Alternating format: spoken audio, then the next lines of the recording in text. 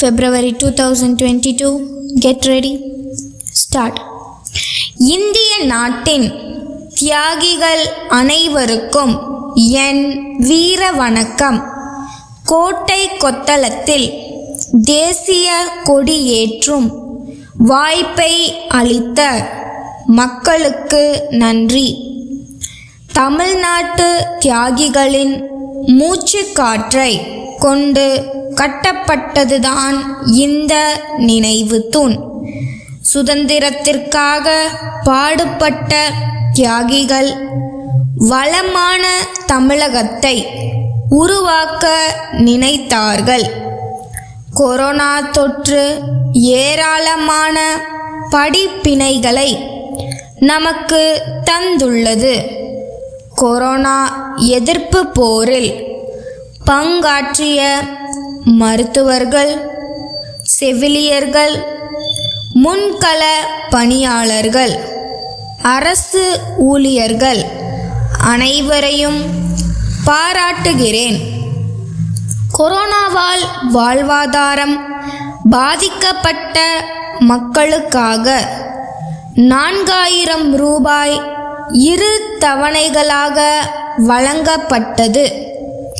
தடுப்பூசி வீணடிக்கப்பட்ட நிலையை மாற்றி அதிகமாக தடுப்பூசி செலுத்தும் மாநிலமாக மாறி இருக்கிறோம்.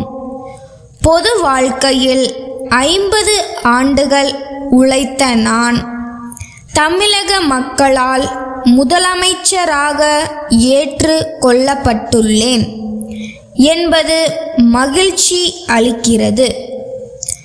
பெரும் நிதி சுமைக்கு இடையில் முதலமைச்சராக பொறுப்பேற்று இருக்கிறேன்.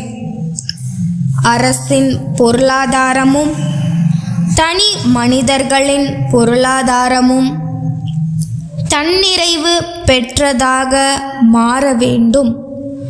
உங்கள் தொகுதியில் முதலமைச்சர் திட்டத்தின் கீழ் மக்களின் குறைகளை அரசு தீர்த்து வருகிறது. மதுரையில் அமைந்துள்ள காந்தி அருங்காட்சியகம் 6 கோடி ரூபாய் செலவில் புதுப்பிக்கப்படும். காந்திய சிந்தனைகளை இளைஞர் மனதில் ஆழ பதிய வைக்க சூளுரைப்போம். ஜாதி, மதம், இனம் குறித்த சவாலை எதிர்கொண்டிருக்கும் நாட்டை வழிநடத்த கிடைத்த ஆயுதமே காந்திய சிந்தனை. தமிழ்நாட்டு தியாகிகளின் மூச்சு காற்று மூலமே இந்தியாவின் சுதந்திரம் கட்டி எழுப்பப்பட்டது. இந்திய சுதந்திர போராட்டத்திற்கு பாடுபட்ட தமிழர்களின் பங்களிப்பு குறித்து ஆவணம் உருவாக்கப்பட்டு விரைவில் வெளியிடப்படும். தமிழ் சமூகமானது சிந்தனையால், பண்பாட்டால், நாகரிகத்தால், பழக்க வழக்கத்தால் உயர்வடைய வேண்டும். ஏற்றத்தாழ்வு அற்ற, உயர்வு தாழ்வு அற்ற ஒரு மனித உரிமை சமூகமாக மாற்ற வேண்டும். அனைவருக்கும் சமமான உரிமை அளிக்கும் சமூக நீதி கொண்ட மாநிலமாக தமிழ்நாட்டை உயர்த்த வேண்டும். முதலாக விடுதலைக்காக போராடிய மண்தான் தமிழ்நாடு.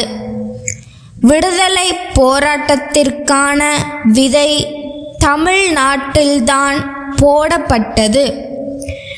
மேம்பட்ட தமிழ்நாட்டை உருவாக்க நினைக்கும் தமிழ்நாட்டு அரசுக்கு மக்கள் உறுதுணையாக இருக்க வேண்டும் என்று இந்த நேரத்தில் உங்கள் அனைவரையும் கேட்டுக்கொண்டு எனது உரையை நிறைவு செய்கிறேன்.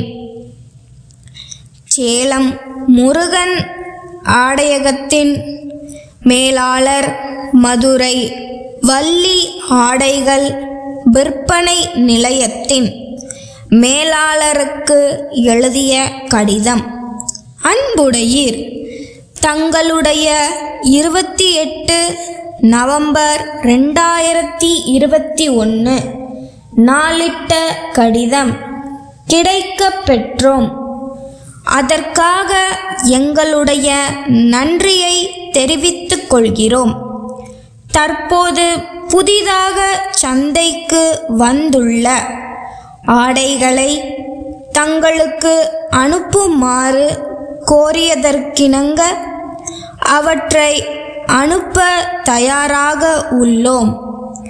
புதிதாக உற்பத்தி செய்யப்பட்ட ஆடைகளின் ஒவ்வொரு வகையிலும் 50 ஆடைகள் வீதம் எங்களுடைய நிறுவனத்தின் வாகனம் மூலம் தங்களுக்கு அனுப்பி வைக்கிறோம்.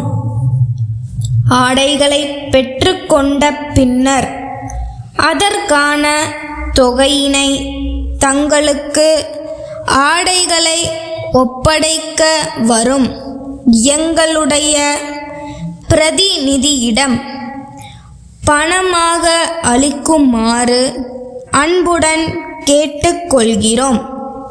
இதுவரை தாங்கள் அளித்து வந்த ஆதரவிற்கு எங்களுடைய நன்றியினை தெரிவித்துக் கொள்கிறோம்.